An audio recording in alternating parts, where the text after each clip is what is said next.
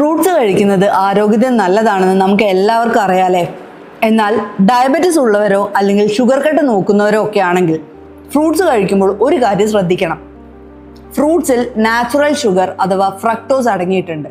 ഇത് നമ്മുടെ ശരീരത്തിലെ ഷുഗർ ലെവലിനെ എങ്ങനെ ബാധിക്കുമെന്ന് നോക്കാം. നമ്മൾ സാധാരണ കഴിക്കുന്ന ഒരു മാങ്ങാപ്പഴത്തിൽ ആവറേജ് 8 മുതൽ 10 ടീസ്പൂൺ പഞ്ചസാര അടങ്ങിയിട്ടുണ്ട്.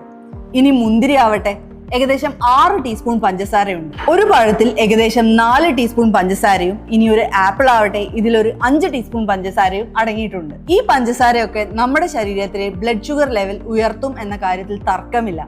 പ്രത്യേകിച്ച് ജ്യൂസ് അടിച്ചു കുടിക്കുമ്പോൾ ഫൈബർ കണ്ടന്റ് പോകുന്നതോടെ ഷുഗർ വളരെ വേഗത്തിൽ രക്തത്തിൽ കലരും. അതുകൊണ്ടാണ് ഫ്രൂട്ട്സ് കഴിക്കുമ്പോൾ അത് ലിമിറ്റഡ് ആയിരിക്കണം എന്ന് പറയുന്നത്. ഡയബറ്റിസ് ഉള്ളവർ ലോ ഷുഗർ ഫ്രൂട്ട്സ് ആയ പേരയ്ക്കയോ ബെറീസോ തിരഞ്ഞെടുക്കാവുന്നതാണ്. കാരണം പേരയ്ക്കയിൽ പഞ്ചസാരയുടെ അളവ് വളരെ കുറവും ഫൈബർ കണ്ടന്റ് കൂടുതലുമാണ്.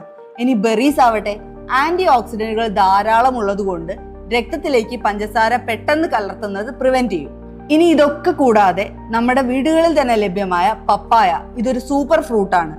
ദഹനത്തിനും ഷുഗർ നിയന്ത്രണത്തിനും ഇത് വളരെ നല്ലതാണ്. ഇതുപോലുള്ള ഫൈബർ കൂടുതൽ അടങ്ങിയ പഴങ്ങൾ കഴിക്കുമ്പോൾ ഷുഗർ രക്തത്തിലേക്ക് അബ്സോർബ് ചെയ്യപ്പെടുന്നത് കുറയുകയും ഇത് പെട്ടെന്നുള്ള ഷുഗർ സ്പൈക്സ് പ്രിവെന്റ് ചെയ്യുകയും ചെയ്യും. അതുപോലെ തന്നെ മറ്റൊരു പ്രധാനപ്പെട്ട കാര്യം സീസണൽ ഫ്രൂട്ട്സ് കഴിക്കുക എന്നുള്ളതാണ്. ഓരോ കാലത്തും പ്രകൃതി നൽകുന്ന പഴങ്ങൾ ആ സമയത്തെ നമ്മുടെ ആരോഗ്യത്തിന് ഏറ്റവും അനുയോജ്യമായവയാണ്.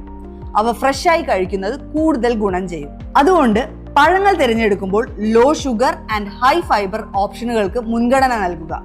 ജ്യൂസിന് പകരം പഴങ്ങൾ റോ ആയി കഴിക്കാൻ ശ്രദ്ധിക്കണം. ഈ വീഡിയോ ഉപകാരപ്പെട്ടെങ്കിൽ നിങ്ങളുടെ ഫാമിലിക്കും ഫ്രണ്ട്സിനും ഒന്ന് ഷെയർ ചെയ്തോളൂ.